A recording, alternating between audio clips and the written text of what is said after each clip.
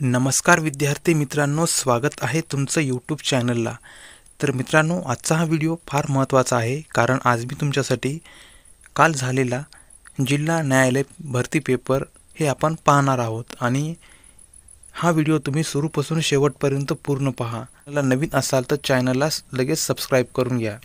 आणि तसेच या चॅनलवर तुम्हाला तलाठी भरती, पोलीस भरती, ग्रामसेवक भरती, तसेच महाराष्ट्रातील सरकारी परीक्षा कोणतीही असो त्यावरील काही व्हिडिओ तुमच्यासाठी मी घेऊन येत राहील। तर तुम्ही हा व्हिडिओ सुरूपासून शेवटपर्यंत पूर्ण पहा। तर आपण व्हिडिओला सुरुवात करूया। टिंब लोकशाही मूल्यांची जोपासना करणे हा मूलभूत अधिकार यांच्या उद्देशांचा एक भाग आहे। टिंब या लोकशाही मूल्यांची जोपासना करणे हा मूलभूत अधिकार यांच्या उद्देशांचा एक भाग आहे। तर या ठिकाणी याचं उत्तर होईल मित्रांनो ऑप्शन डी होईल, ते म्हणजे वरील सर्व। पुढचा प्रश्न पाहूया। कोणत्या वर्षी मुंबई उच्च न्यायालयाच्या नागपूर खंडपीठाची स्थापना झाली? कोणत्या वर्षी मुंबई उच्च न्यायालयाच्या नागपूर खंडपीठाची स्थापना ही झाली आहे? तर या ठिकाणाचं उत्तर होईल मित्रांनो ऑप्शन सी होईल, ते म्हणजे 1940 साली मुंबई उच्च न्यायालयाच्या नागपूर खंडपीठाची स्थापना ही झाली आहे। पुढचा प्रश्न पाहूया। उच्च न्यायालयाच्या न्यायाधीशाचा राजीनामा द्यायचा असल्यास त्यांना तो कोणाकडे सादर करावा लागतो? उच्च न्यायालयाच्या न्यायाधीशाचा राजीनामा द्यायचा असल्यास त्यांना तो कोणाकडे सादर करावा लागतो? तर या ठिकाणाचं उत्तर होईल मित्रांनो ऑप्शन बी होईल, ते म्हणजे राष्ट्रपतीकडे। पुढचा प्रश्न पाहूया। राज्यातील पहिले कायमस्वरूपी बाल न्यायालय खालीलपैकी कोणत्या जिल्ह्यात सुरू करण्यात आले आहे? राज्यातील कायमस्वरूपी बाल न्यायालय खालीलपैकी कोणत्या जिल्ह्यामध्ये सुरू करण्यात आले आहे? तर या ठिकाणाचं उत्तर होईल ऑप्शन डी होईल, ते म्हणजे पुणे। तर पुणे या जिल्ह्यामध्ये राज्यातील पहिले कायमस्वरूपी बाल न्यायालय हे सुरू करण्यात आले आहे। पुढचा प्रश्न पाहूया। संसदेच्या वरिष्ठ सभागृहात टिंब जागा आहेत। संसदेच्या वरिष्ठ सभागृहात टिंब जागा आहेत। तर या ठिकाणाचं उत्तर होईल ऑप्शन ए होईल, ते म्हणजे 250। तर संसदेच्या वरिष्ठ सभागृहात 250 जागा एवढ्या आहेत। पुढचा प्रश्न पाहूया। भारतात सुमारे 95% परकीय व्यापार कशाने होतो? भारतामध्ये सुमारे 95% परकीय व्यापार हा कशाने होतो? तर या ठिकाणीच उत्तर होईल ऑप्शन बी, ते म्हणजे सागरी मार्गाने। तर भारतामध्ये सुमारे 95% परकीय व्यापार हा सागरी मार्गाने होतो। चला पुढच्या प्रश्नाकडे वळूया। मृदा योजनेअंतर्गत जास्तीत जास्त किती कर्ज दिले जाऊ शकते? मृदा योजनेअंतर्गत जास्तीत जास्त किती कर्ज दिले जाऊ शकते? तर या ठिकाणाचं उत्तर होईल ऑप्शन सी होईल, ते म्हणजे 10 लाख। तर मृदा योजनेअंतर्गत जास्तीत जास्त 10 लाख कर्ज एवढे दिले जाऊ शकते। Next question. भारतातील सर्व विद्यापीठांचा कुलपती जबाबदारी खालीलपैकी कोण निभावते? राज्यातील सर्व विद्यापीठांचा कुलपती जबाबदारी खालीलपैकी कोण निभावतो? तर या ठिकाणाचं उत्तर होईल मित्रांनो ऑप्शन सी होते, ते म्हणजे राज्यपाल। तर राज्यातील सर्व विद्यापीठांचा कुलपती हा राज्यपाल हा जबाबदारीने निभावत असतो। Next question. महाराष्ट्रातील दगडी कोळशाचा प्रामुख्याने कशासाठी वापर केला जातो? महाराष्ट्रातील दगडी कोळशांचा प्रामुख्याने कशासाठी वापर हा केला जातो? तर या ठिकाणीच उत्तर होईल मित्रांनो ऑप्शन क्रमांक ए होईल, ते म्हणजे औष्णिक विद्युत ऊर्जा। हे उत्तर तुमचं एकदम बरोबर होईल। नेक्स्ट क्वेश्चन पाहूया।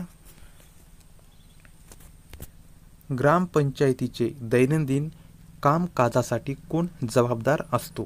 ग्रामपंचायतीचे दैनंदिन कामकाजासाठी कोण जबाबदार असतो? तर या ठिकाणीच उत्तर होईल मित्रांनो ऑप्शन सी, ते म्हणजे ग्रामसेवक. तर ग्रामसेवक हा ग्रामपंचायतीचे दैनंदिन कामकाजासाठी हा जबाबदार असतो. पुढचा प्रश्न पाहूया. जिल्हा परिषदेत सर्वात महत्त्वाची समिती कोणती?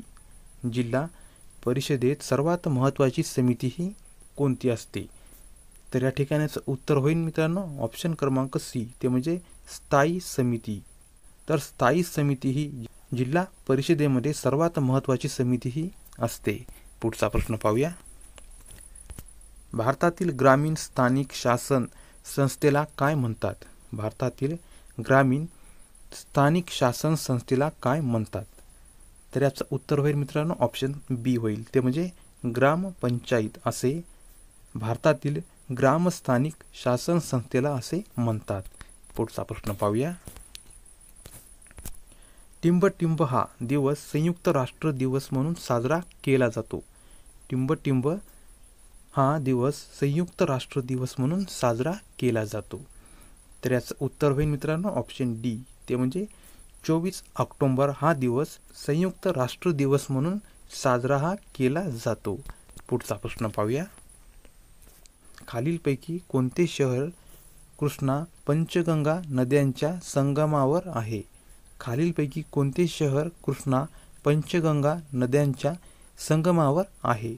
तर या ठिकाणाचं उत्तर होईल ऑप्शन सी, ते म्हणजे नरसोबाची वाडी. तर नरसोबाची वाडी हे शहर कृष्णा पंचगंगा नद्यांच्या संगमावर आहे. नेक्स्ट क्वेश्चन पाहूया. तहसीलदार हे टिंबटिंबवर देखरेख ठेवण्याचे कार्य करतात.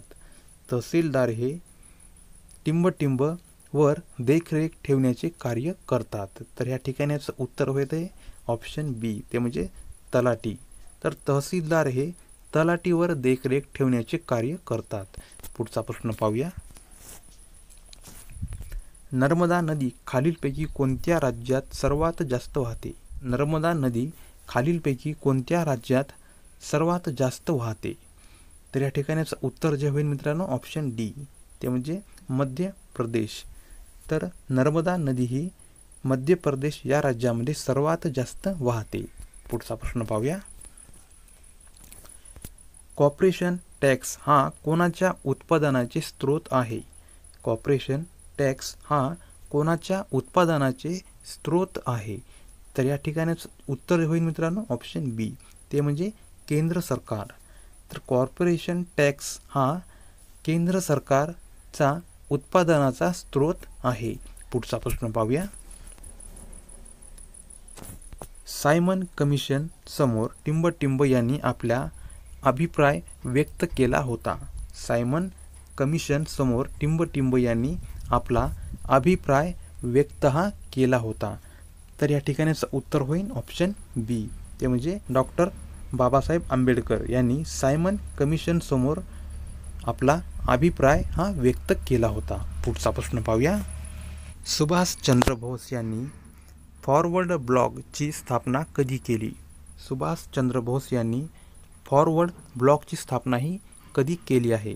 तर या ठिकाणीचं उत्तर होईल ऑप्शन सी, ते म्हणजे 1939 मध्ये सुभाषचंद्र बोस यांनी फॉरवर्ड ब्लॉकची स्थापना ही केली आहे. पुढचा प्रश्न पाहूया. टिंबटिंब पंचायत राज व्यवस्थेतील प्रत्यक्ष ग्रामीण जनतेचे नेतृत्व करते. टिंबटिंब पंचायत राज व्यवस्थेतील प्रत्यक्ष ग्रामीण जनतेचे नेतृत्व करते. तर याचं उत्तर होईल मित्रांनो ऑप्शन सी, ते म्हणजे ग्रामसभा. तर ग्रामसभा पंचायत राज व्यवस्थेतील प्रत्यक्ष ग्रामीण जनतेचे नेतृत्व हे करते. पुढचा प्रश्न पाहूया. भारतातील सर्वात मोठे प्राणी संग्रहालय कुठे आहे? भारतातील सर्वात मोठे प्राणी संग्रहालय हे कुठे आहे? तर या ठिकाणाचं उत्तर होईल ऑप्शन सी, ते म्हणजे कोलकाता या ठिकाणी भारतातील सर्वात मोठे प्राणी संग्रहालय हे आहे. पुढचा प्रश्न पाहूया. सर्वोच्च न्यायालयातील न्यायाधीशांचे सेवानिवृत्तीचे वय हे किती वर्ष असते? सर्वोच्च न्यायालयातील न्यायाधीशांचे सेवानिवृत्तीचे वय हे किती वर्ष असते? तर या ठिकाणाचं उत्तर होईल ऑप्शन बी, ते म्हणजे 65 वर्ष हे सर्वोच्च न्यायालयातील न्यायाधीशांचे सेवानिवृत्तीचे वय हे असते? पुढचा प्रश्न पाहूया. भारतातील 25वे उच्च न्यायालय कोणत्या शहरात स्थापन झाले? भारतातील 25वे उच्च न्यायालय हे कोणत्या शहरामध्ये स्थापन झाले आहे? तर या ठिकाणाचं उत्तर होईल ऑप्शन डी, ते म्हणजे अमरावती या ठिकाणी भारतातील 25वे उच्च न्यायालय हे स्थापन झाले आहे. पुढचा प्रश्न पाहूया. देशातील पहिले दिव्यांग न्यायालय टिंबटिंब या शहरात स्थापन झाले. देशातील पहिले दिव्यांग न्यायालय टिंबटिंब या शहरामध्ये स्थापन झाले. तर या ठिकाणाचं उत्तर होईल ऑप्शन बी, ते म्हणजे पुणे या जिल्ह्यामधील भारतातील पहिले दिव्यांग न्यायालय हे स्थापन झाले आहे. पुढचा प्रश्न पाहूया. संसदेमध्ये पुढीलपैकी कोणाचा समावेश हा होत नाही? संसदेमध्ये पुढीलपैकी कोणाचा समावेश हा होत नाही? तर या ठिकाणाचं उत्तर होईल ऑप्शन ए, ते म्हणजे सर्वोच्च न्यायालय. तर संसदेमध्ये सर्वोच्च न्यायालय यांचा समावेश हा होत नाही. पुढचा प्रश्न पाहूया. सर्वात शेवटचे स्थापन झालेले भारतातील उच्च न्यायालय कोणत्या राज्यात आहे? सर्वात शेवटचे स्थापन झालेले भारतातील उच्च न्यायालय हे कोणत्या राज्यात आहे? तर या ठिकाणाचं उत्तर होईल ऑप्शन सी, ते म्हणजे आंध्र प्रदेश. तर आंध्र प्रदेश या राज्यामध्ये सर्वात शेवटचे स्थापन झालेले भारतातील उच्च न्यायालय हे आहे. पुढचा प्रश्न पाहूया. दिल्ली उच्च न्यायालयाची स्थापना कधी करण्यात आली? दिल्ली उच्च न्यायालयाची स्थापना ही कधी करण्यात आली आहे?